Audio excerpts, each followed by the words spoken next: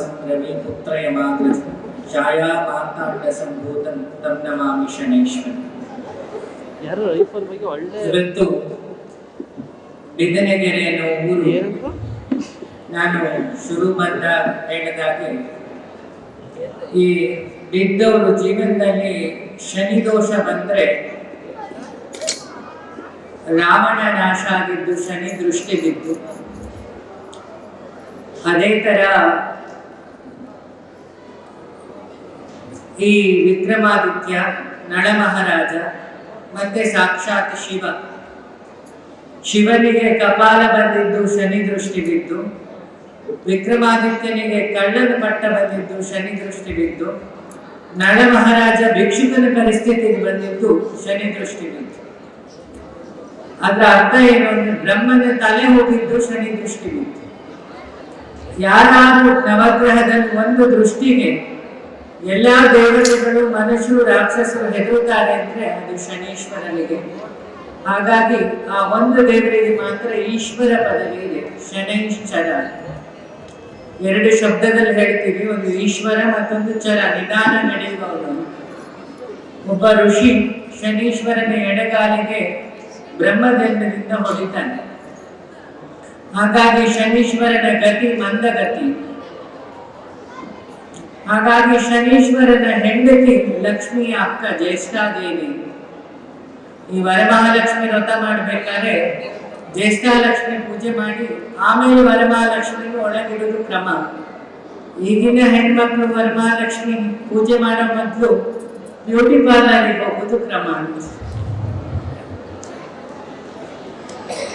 ಶನೀಶ್ವರನ ಹೆಂಡತಿಗೆ ಮೊದಲು ಪೂಜೆ, ಅವಳನ್ನು ಕಲಸಿಬಿಟ್ಟು ಎಲ್ಲ ಹೆದರ್ತಾರೆ ಜ್ಯೇಷ್ಠಲಕ್ಷ್ಮಿ ಯಾರು ಮದುವೆ ಆಗ್ಲಿ, ಯಾಕೆ ಅವಳು ಬಂದು ಒಳಗೆ ಅಂತ ಹೇಳಿದ್ರೆ ಜ್ಯೇಷ್ಠ ಅಂದ್ರೆ ದೊಡ್ಡವಳು. ಸಮುದ್ರ ಮಥನದಲ್ಲಿ ಲಕ್ಷ್ಮಿಯನ್ನು ಮದುವೆ ಆಗ್ಲಿಕ್ಕೆ ನಾರಾಯಣ ರೆಡಿ ಇದ್ದೆ, ಜ್ಯೇಷ್ಠನನ್ನು ಮದುವೆ ಆಗ್ಲಿಕ್ಕೆ ಯಾರು ರೆಡಿ ಇಲ್ಲ. ಎಲ್ಲ ಹೆದರಿ ಕೂತ್ರಂತ. ಅವಳು ಬಂದ್ರೆ ನಮ್ಮನೆ ಕತೆ ಮುಗೀತು.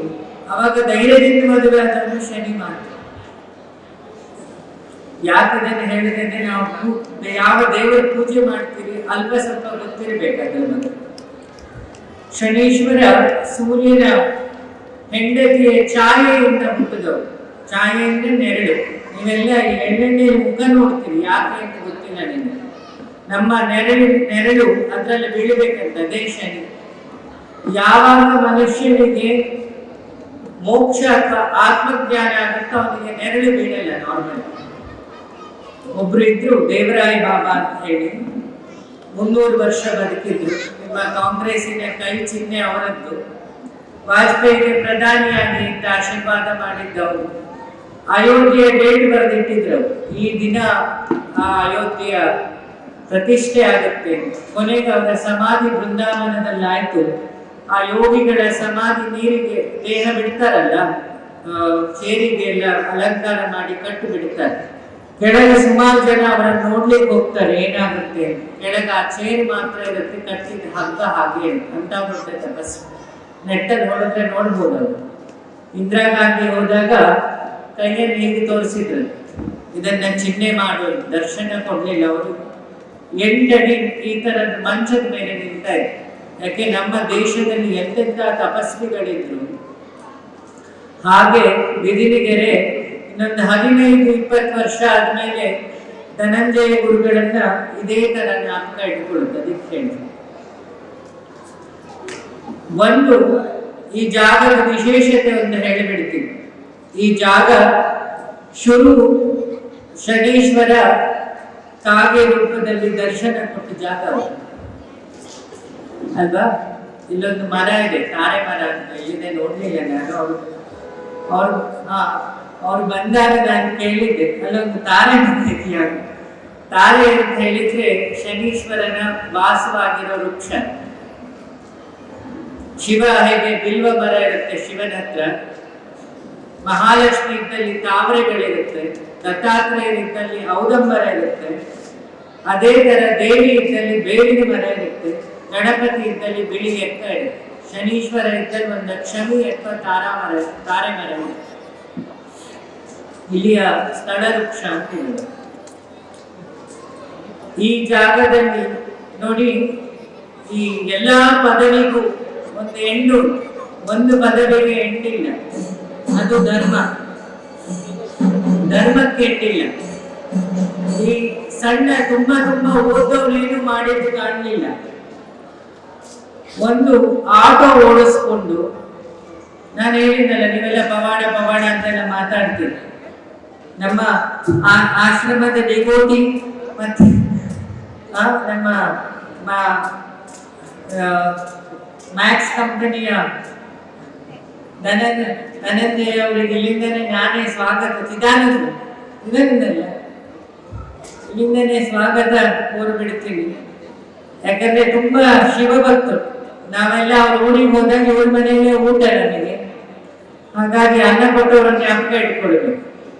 ನೋಡಿ, ನಾವು ತಿರುನಲ್ಲೂರಿಗೆ ಹೋಗ್ತೀವಿ, ಸಿಂಹಾಚಲಕ್ಕೆ ಹೋಗ್ತೀವಿ. ಆ ಎರಡು ಬಿಟ್ರೆ ನವಗ್ರಹಗಳಿಗೆ ದಂಪತಿ ಸಮೇತವಾದ ಸಪರೇಟ್ ದೇವಸ್ಥಾನ ನಿಮಗೆ ಇಂಡಿಯಾದಲ್ಲೆಲ್ಲೂ ಸಿಗಲ್ಲ.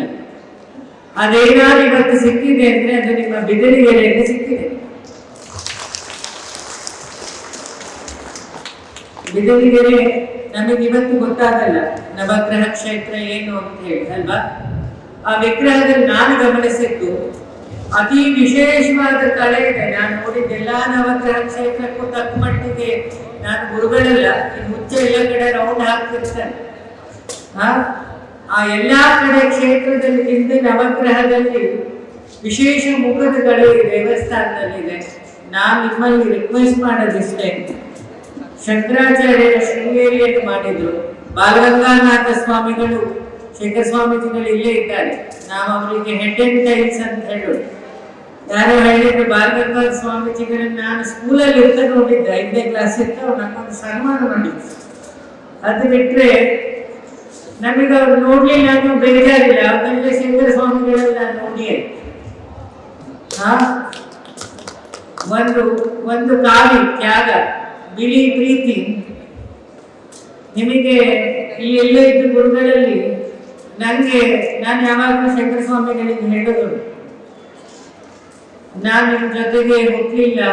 ಮತ್ತೆ ಇಲ್ಲಿರೋ ಯಾವ ಮಠಗಳು ಆ ಲೆವೆಲಿನ ಕನೆಕ್ಟಿವಿಟಿ, ಆ ಲೆವೆಲಿನ ನೀಟ್ನೆಸ್, ಆ ಲೆವೆಲಿನ ಮಟ್ಟಿನ ಹೇಳ್ತಾರಲ್ಲ ಸ್ಟೇಟಸ್ ಅಂತ ಹೇಳಿ, ಹಾಗೆಲ್ಲ ಕಂಪೇರ್ ಮಾಡಿದ್ರೆ ಶೇಖರ ಸ್ವಾಮೀಜಿಗಳೊಂದು ಸಮುದ್ರ, ನಾನೊಂದು ಸಣ್ಣ ಮರಳಿನ ಸಣ್ಣ ಕಲ್ಲು. ಆದ್ರೆ ಅದು ಯಾವುದು ಈ ಮನುಷ್ಯನಿಗೆ ಅಹಂಕಾರ ಬರುತ್ತಂತ, ಒಂದು ಅಧಿಕಾರ ಬಂದಾಗ, ಇನ್ನೊಂದು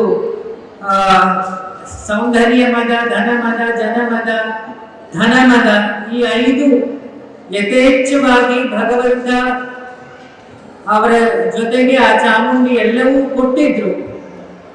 ನಾನು ಈಗಲೂ ಗಮನಿಸಿದೆ, ಪಾಪ ಅವರಿಗೆ ಕಾಲಲ್ಲಿದೆ. ಸುತ್ತೂರು ಶ್ರೀಗಳು ಬಂದಾಗ ಬಿಡಕ್ಕೆ ಕೆಳಗಿನ ತನಕ ಅವ್ರು ಹೋದ್ರು. ದೊಡ್ಡವರನ್ನು ನೋಡಿ ದೊಡ್ಡ ಕೂಡ ಕಲಿಬೇಕು ಅಂತ. ಆಗಿದ್ದೊಂದು ಎಕ್ಸಾಂಪಲ್ ನಮ್ಮ ಶಂಕರ ಸ್ವಾಮಿಗಳು ಅವರಿದ್ದಾರೆ. ಮತ್ತೆ ಧನಂಜಯ ಗುರುಗಳ ಬಗ್ಗೆ ನಾನಿಲ್ಲಿ ಹೇಳುವಾಗಿಲ್ಲ, ಯಾಕಂದ್ರೆ ನಮಗೆಲ್ಲ ಮನೆ ಇದ್ದಾರೆ. ನಾನು ಪ್ರೋಗ್ರಾಮ್ ಏನು ಅಂತ ಕೇಳಿಲ್ಲ, ನಾನು ಋಷಿಕೇಶದಲ್ಲಿದ್ದೆ. ಅವ್ರು ಹಠ ಬಿಡುವಾಗುತ್ತಿಲ್ಲ, ಅವತ್ತಿರ್ಬೇಕು ನೀವು ಶೇಖರ ಸ್ವಾಮಿಗಳಿಂದ ನಾವು ಪ್ರತಿಷ್ಠೆ ಮಾಡಲ್ಲ. ನಾನು ಹೊರಟೆ, ಶೇಖರ ಸ್ವಾಮಿಗಳು ಹೊರಟು, ನಾನು ಹೊರಟೆ. ಅವ್ರು ನಾನು ಕೇಳಿದ್ರು ನಿಮಗೆ ಪ್ರೋಗ್ರಾಮ್ ಬಗ್ಗೆ, ನೀವು ಹೊರಟ್ರಿ ನಾನು ಹೊರಟೆ, ನಾವಿಬ್ರು ಹೊರಡುದು ಹಾಗೆ. ಒಬ್ಬ ಮನುಷ್ಯನ ಪ್ರೀತಿ ಎಲ್ಲರನ್ನು ಹೇಗೆ ಎಳೆಯುತ್ತೆ ಇಲ್ಲಿ. ಯಾಕೆ ಇವತ್ತು ಸ್ಟೇಜಲ್ಲಿ ಇದ್ದವ್ರು ಯಾರೋ ಸಾಮಾನ್ಯರಲ್ಲ, ನನ್ನನ್ನು ಬಿಡಿ. ನಾನೊಂಥರ ಡಯಲ್ ಮಾಡಿದ್ರೆ ಸಿಗ್ತೀನಿ ಯಾವಾಗ. ಇಲ್ಲಿದ್ದ ಎಲ್ಲಾ ಗುರುಗಳು ಅಷ್ಟು ಬ್ಯುಸಿ ಇರೋ ಗುರುಗಳು. ನಾನು ಇನ್ವಿಟೇಷನ್ ನೋಡಿದ್ರೆ ಕೇಳಿದೆ ಶೇಖರ ಸ್ವಾಮೀಜಿಯವರು. ಹಾಗಾಗಿ ಇವರಿಷ್ಟು ಜನ ಅವಾಗ ಶಂಕರ ಸ್ವಾಮೀಜಿಗಳು ಹೇಳಿದ್ರೆಲ್ಲ ಬರ್ತಾ ಇದ್ದಾರೆ. ಮತ್ತೆ ಈಗ ಬಂದು ಕೂತು ನಮ್ಮ ಚಿದಾನಂದ ಹಿಡಿಯೋದು ಕಷ್ಟ. ಯಾಕಂದ್ರೆ ನಮ್ಮ ಆಶ್ರಮದಲ್ಲಿ ಯಾರಿಗೆ ಸಿವಿಲ್ ಓದಿದ್ರು ಕೆಲಸ ಇಲ್ಲ ಅಂದ್ರೆ ಫಸ್ಟ್ ಫೋನ್ ನೋಡಿ ನಾನು ಅವನಿಗೆ. ಅದು ಆದ್ರೆ ಅವ್ರ ತಾಯಿ ಇದ್ದಾರೆ, ದೇವತೆ ಇದ್ದಾರೆ. ಮತ್ತೆ ಧನಂಜಯ ಗುರುಗಳ ಫ್ಯಾಮಿಲಿ ಇದೆಯಲ್ಲ, ಬೇರೆ ಯಾರಿಗೂ ಡೈವರ್ಸ್ ಕೊಡ್ತಾ ಇದ್ರು. ಅವ್ರ ಹೆಂಡತಿಗೆ ಒಂದು ಫಸ್ಟ್ ಸನ್ಮಾನ ಮಾಡಬೇಕು. ಯಾಕೆ ಯಾಕಂದ್ರೆ ಅವಳ ಪರಿಸ್ಥಿತಿ ಜ್ಯೇಷ್ಠನ ಪರಿಸ್ಥಿತಿ. ಪಾಪ ಗೌರ್ನರ್ ಬಂದಿದ್ದಾರೆ, ಪಾಪ ಅವಳಿಗೆ ಮನೆಯವರು ಹತ್ರ ಬರ್ಲಿಕ್ಕೆ ಈಗ ಇಲ್ಲಿ ಸುಮಾರು ಪರ್ಮಿಷನ್ ತಗೊಂಡು ಪಾಪ ಅಲ್ಲಿ ತನಕ ಬಂದಿದ್ರು. ಆ ಮಕ್ಕಳು, ಹೆಂಡತಿ, ಮತ್ತೆ ಇಲ್ಲಿರೋ ಹುಡುಗರ ಟೀಮ್, ಅವನ ಹೆಸರು ಮಾಡ್ತೇನೆ, ಅನಿಲ, ಮತ್ತೆ ಇನ್ನೊಬ್ಬರಿದ್ರಲ್ಲ ಆಸಿಫ್, ಇದೊಂಥರ ಧರ್ಮಸಭೆ ಇದ್ದಾರೆ. ಈ ಫಂಕ್ಷನ್ ಅಲ್ಲಿ ನೋಡಿ, ಹಿಂದೂ ಮುಸ್ಲಿಂ ಅಂತ ಏನಿಲ್ಲ, ಎಲ್ಲರೂ ಸೇರಿ ಫಂಕ್ಷನ್ ಮಾಡಿದ್ದಾರೆ. ಆ ಹುಡುಗರಿದ್ದಾರಲ್ಲ, ದೊಡ್ಡ ಬಲ ಗುರುಗಳಿಗೆ. ಯಾಕಂದ್ರೆ ಮಠ ಕಟ್ಟಬೇಕಾದ್ರೆ, ಒಂದು ಸಂಸ್ಥೆ ಮಾಡಬೇಕಾದ್ರೆ ಆ ಜೊತೆಗೆ ನಿಲ್ಲೋರು ಬೇಕು. ಇವತ್ತು BTS ಸಂಸ್ಥೆ ಆಗಿದೆ ಅಂದ್ರೆ ಆ ಕಾಲದಲ್ಲಿ ಒಂದು ನಿಮಗೆಲ್ಲ ಗೊತ್ತಿರಲಿ, ಸ್ವಾಮೀಜಿಗಳ ವಿಷನ್ ಇತ್ತು, ಅದನ್ನು ಮಾಡಿ ರಾತ್ರಿ ಹಗಲು ಆ ಬಿಸಿಲಲ್ಲಿ ನಿಂತು ಇವತ್ತು ಆ ಮಠಗಳು ನಿಂತಿದೆ ಅಂದ್ರೆ ಅದಕ್ಕೆ ಶೇಖರ ಸ್ವಾಮೀಜಿಗಳು ಕಾರಣ.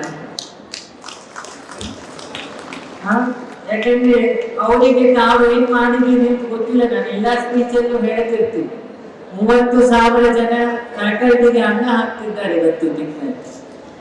ಇವತ್ತು ನಾನು ಧನಂಜಯ ಗುರುಗಳು ಬಂದಾಗ ಹೇಳಿದೆ, ದೇವಸ್ಥಾನ ಆಯ್ತು, ಜನರಿಗೆ ಪ್ರಾಬ್ಲಮ್ ಸಾಲ್ವ್ ಮಾಡೋ ಜಾಗ ಆಯ್ತು, ಇನ್ನೊಂದು ಆಗಬೇಕು. ಏನು, ಒಂದು ಶಾಲೆ, ಸ್ಕೂಲು, ಕಾಲೇಜು ನಿಮ್ಮ ತಾಯಿ ಹೆಸರಲ್ಲಿ ಆಗಬೇಕು. ಹಾಗಾಗಿ ಯಾಕಂದ್ರೆ ಒಂದು ಮಠ ಅಂದ್ಮೇಲೆ 5 ಕೆಲಸ ಆಗ್ಬೇಕಲ್ಲ.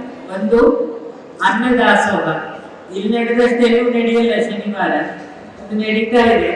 ಇನ್ನೊಂದು ದೇವರ ಉಪಾಸನೆ, ಇಲ್ಲಿ ಶನೀಶ್ವರ ಅಭಿಷೇಕ ಮಾಡಿಸ್ಕೊಂಡಷ್ಟು ಶನಿ ಸಿಂಗಾಪುರಲ್ಲೂ ಅಭಿಷೇಕ ಮಾಡಿಸ್ಕೊಂಡಿಲ್ಲ. ನಾನೊಂದು ವಿಡಿಯೋ ನೋಡಿದ್ದೆ, ಅವರೊಂದು 1000 ಕೋಟಿ ಹಾಕ್ತಾ ಇದ್ರು ಹಣ್ಣು ಹೂವಲ್ಲಿ, ಅದು ಆಯ್ತು. ಇನ್ನು ಸಾಮೂಹಿಕ ಮದುವೆ, ದಾನ, ಅದೆಲ್ಲ ಇಲ್ಲಿ ನಡೀತಾ ಇದೆ. ಪ್ರತಿ ಫಂಕ್ಷನ್ಸ್ ಅನ್ನು 4-5 ಸಲ ಸ್ಕಾಲರ್ಶಿಪ್ ಕೊಡೋದು, ಮದುವೆ, ಇದೆಲ್ಲ ಇಲ್ಲಿ ಹಳ್ಳಿಯಲ್ಲಿ ನಡೀತಾ ಇದೆ. ಅದರ ಜೊತೆಗೆ ಇನ್ನೊಂದಾಗುವ ವಿದ್ಯಾದಾನ ಅಲ್ವಾ? ಆ ವಿದ್ಯೆ ಕದಿಲಿಕ್ಕಾಗದ ನಿಧಿ. ಇವತ್ತು ಎಷ್ಟೋ ಆಫೀಸರ್ಸ್ಗಳು, ಡಾಕ್ಟರ್ಗಳು ಎಲ್ಲ ಹೋದ್ರೆ 2 ಹೆಸರು ಹೇಳ್ತಾರೆ ಇಡೀ ಇಂಡಿಯಾ ಹೊರ ದೇಶದಲ್ಲಿ. ಒಂದು BGS ಹೆಸರು, ಇನ್ನೊಂದು ಪುಟಬರ್ತಿ ಹೆಸರು, ನನಗೆ ಗೊತ್ತಿಲ್ಲ. ಆ 2 ಹೆಸರು ಯಾವ ಆಫೀಸರ್ ಕೇಳಿದ್ರು ಹೇಳ್ತಾರೆ, ನಾನೊಂದು BGS ಪ್ರಾಡಕ್ಟ್, ಇಲ್ಲ ಪುಟಬರ್ತಿ ಸಾಯಿಬಾಬಾನ ಪ್ರಾಡಕ್ಟ್. ಹಾಗಾಗಿ ಆ ವಿದ್ಯೆಯನ್ನು ಕೊಡೋ ಕೆಲಸವು ಶನೀಶ್ವರ ಇಲ್ಲಿ ಮಾಡಿ. ಯಾಕೆ ಅವನು ಕರ್ಮಾಧಿಪತಿ. ಎಲ್ಲೂ ಕರ್ಮದ ಪಾಪ ಕಳೆಯಿಲ್ಲ ಅಂದ್ರೆ, ಎಲ್ಲಿ ಲಂಚ ಇನ್ಫ್ಲೂಯೆನ್ಸ್ ನಡೆಯೋದೊಂದು ದೇವತೆ ಇರ್ತಿದ್ರೆ ಪ್ರಪಂಚದಲ್ಲಿ ಶನೀಶ್ವರ ಮಾತ್ರ. ಅವ ಭಕ್ತಿಗೆ ಮಾತ್ರ ಒಲಿತಾನೆ, ಬೇರೆ ಏನಿಟ್ರು ಶನೀಶ್ವರ ತಲೆ ಬೆಳೆಸ್ಕೊಡಲ್ಲ.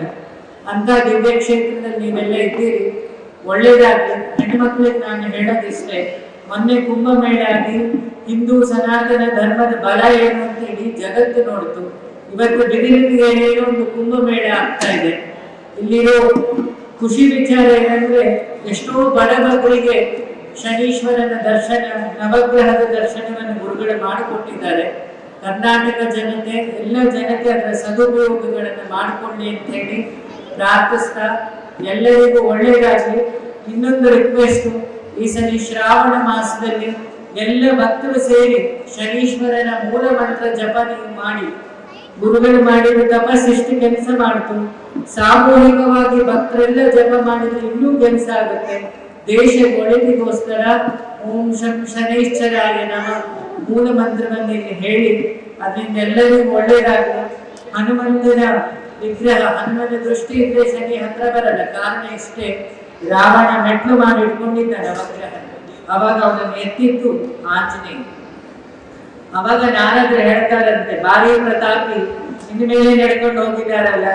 ಅವಾಗ ಶನೀಶ್ವರ ನಾರದ್ರು ಹೇಳ್ತಾರಲ್ಲ, ನೀನು ಒಂದು ಕೆಲಸ ಮಾಡು, ಆಮೇಲೆ ನಾನೇನು ಅಂತ ತೋರಿಸ್ತೀನಿ.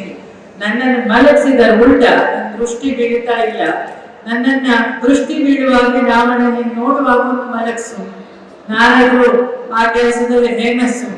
ನಾರದ್ರು ಹೇಳ್ತಾರಂತೆ, ನೋಡು ರಾವಣ, ನೀನು ಮಹಾಪ್ರತಾಪಿ, ಬೆನ್ನ ಮೇಲೆ ನಡೆದ್ರೆ ಸರಿ ಇರಲ್ಲ ನವಗ್ರಹದ, ಎದೆ ಮೇಲೆ ನೀಡಿ ಪಾಪ ನಂಬುತ್ತಾನೆ. ಅವಾಗ ಶನೀಶ್ವರನ ಎದೆ ಮೇಲೆ ನಡೀಲಿಕ್ಕೆ ಹೆಜ್ಜೆ ಇಟ್ಟು ಅವನ ದೃಷ್ಟಿ ಪೂರ್ತಿ ರಾವಣನ ಮೇಲೆ ಬೀಳುತ್ತೆ. ಅವತ್ತು ಅವನ ನಾಶವೂ ಸರಿ ಹೋಗುದು. ಹಾಗಾಗಿ ಆ ಶನಿ ದೃಷ್ಟಿ ಕುದೃಷ್ಟಿ ಆಗ್ತದೆ, ನಿಮಗೆ ಒಳ್ಳೆ ದೃಷ್ಟಿ ಆಗಲಿ. ಆ ಗುರುಗಳು ಇಷ್ಟು ಒಳ್ಳೆ ಕೆಲಸ ಮಾಡಿದ್ದಾರೆ, ನೀವೆಲ್ಲ ಸಾಥ್ ಕೊಡಿ. ಯಾಕೆ ಒಂದು ದೇವಸ್ಥಾನ ಬೆಳೆದ್ರೆ ಏನಾಗುತ್ತೆ ಅನ್ನಕ್ಕೆ ಇವತ್ತು ರಾಜ್ಯಪಾಲರು ಬಂದಿದ್ದು ಸಾಕ್ಷಿ. ಮೊನ್ನೆ ಪಂಜಾಬಿನ ನನ್ನ ಅತಿ ಪರಿಚಯದವರು ಬಿಟ್ಟು ಅವರು ಬಂದಿದ್ರು ಹೋದ ವರ್ಷ. ಇವತ್ತು ಎಲ್ಲ ಸ್ವಾಮಿಗಳ ಸಮಾಗಮ ಆಗಾಯಿತು. ಹಾಗೆ ಇನ್ನು ಜಾಬಿನ ಕೆಲಸಗಳು, ಹಳ್ಳಿ ಜನಕ್ಕೆ ಜಾಬ್ಗಳನ್ನು ಕೊಡಿಸೋ ಬಿಸ್ನೆಸ್ ಮೀಟು ಈ ಜಾಗದಲ್ಲಿ ಆಗಲಿ ಅಂತ ಅಲ್ಲಿಗೆ ನನ್ನೊಂದು ರಿಕ್ವೆಸ್ಟ್ ಮಾಡ್ತಾ ನನ್ನ ಮಾತು ಮುಗಿಸ್ತೀನಿ. ಎಲ್ಲರನ್ನು ನೋಡಿ ಖುಷಿ ಆಯಿತು, ಒಳ್ಳೆಯದಾಗಲಿ. ಹೆಚ್ಚಿನ ವಿಡಿಯೋಗಳಿಗೆ ಪ್ರತಿಧ್ವನಿ ಯೂಟ್ಯೂಬ್ ಚಾನೆಲ್ ಸಬ್ಸ್ಕ್ರೈಬ್ ಮಾಡಿ, ಬೆಲ್ ಐಕಾನ್ ಕ್ಲಿಕ್ ಮಾಡಿ.